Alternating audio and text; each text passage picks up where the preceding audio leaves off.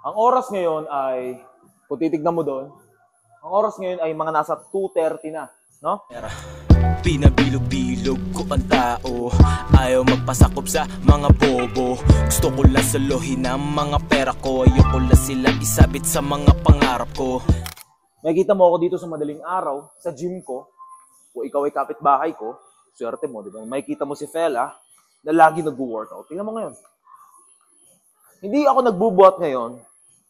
Nagpapakita lang ako dito sa video ko na mabuhat ako. Hindi. Kumbaga sinasabay lang kita sa pag-gym ko. Kumbaga ang swerte mo, sinabay pa kita. Kasi may naisip lang ako habang nagbubuhat ako ngayon, pinindot ko yung camera na yan, may naisip ako kanina na, alam mo, napakasimple lang naman talaga ang gym eh. Alam mo, ito sa lahat ng mga hindi nare-realize, ang gym ay napakasimple lang. Kung ikaw ay masipag, kung ikaw ay talaga naiintindihan mong discipline, dito sa gym, masusubukan yung discipline mo. Kumbaga, pag sinabi mo talaga na hardworking ka, papatunayan ng bakal sa'yo kung ano yung hardworking. Kunyari sinasabi mo na, hindi, malakas ako. Pinagkakalat mo sa buong tropahan mo. Pinagkakalat mo sa buong katrabaho mo. Pinagkakalat mo sa buong kapitbahay mo. Sinasabi mo malakas ka. Malakas ako sa ganito, malakas ako sa ganyan. Sa gym, pag sinabi mo malakas ka, pag hindi mo nabuhat to, ibig sabihin, weak ka pa. Yung lakas mo ay pang 10 pounds lang. Hindi nagsisinungaling ang bakal na sabihin niya na 20 kilo ako at sabihin mo na, hindi, malakas ako, tapos nabubuhat mo na pang 10 kilo. Pag binuhat mo ng 10 kilo yan, 10 kilo yan, literal. Hindi mo pwedeng pekein na yung angas mo dito, yung disiplinado mo dito, yung hardworking mo dito. Hindi mo pwedeng pekein yung lakas mo, sa madaling salita.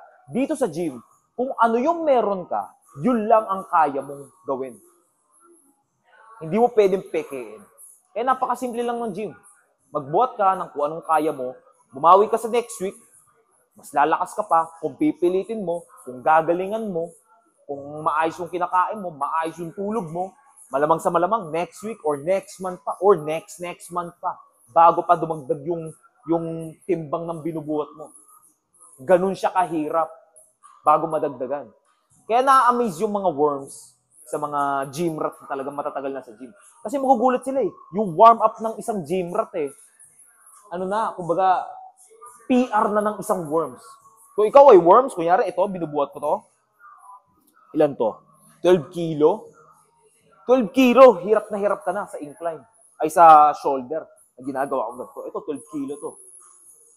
Bine-basic ko lang.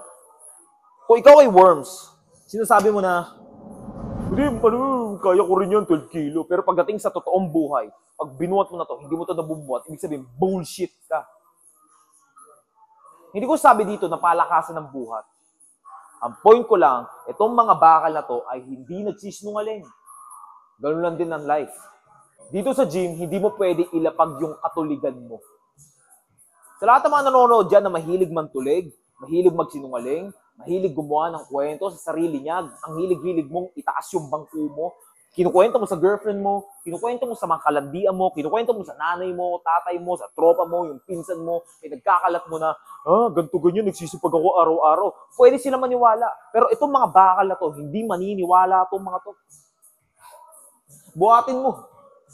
Anong binubuha ka mo? Magbuhat ka. Hindi mo kaya, weak ka pa. Dagdagan mo. Galingan mo. Bumawi ka next time. See you next month. See you next year. Kung kaya mo akong buhatin. Ganun, nakasimple lang ang gym. Walang bullshit. Kung ano lang yung kakayahan mo, yun lang din ang kaya mo.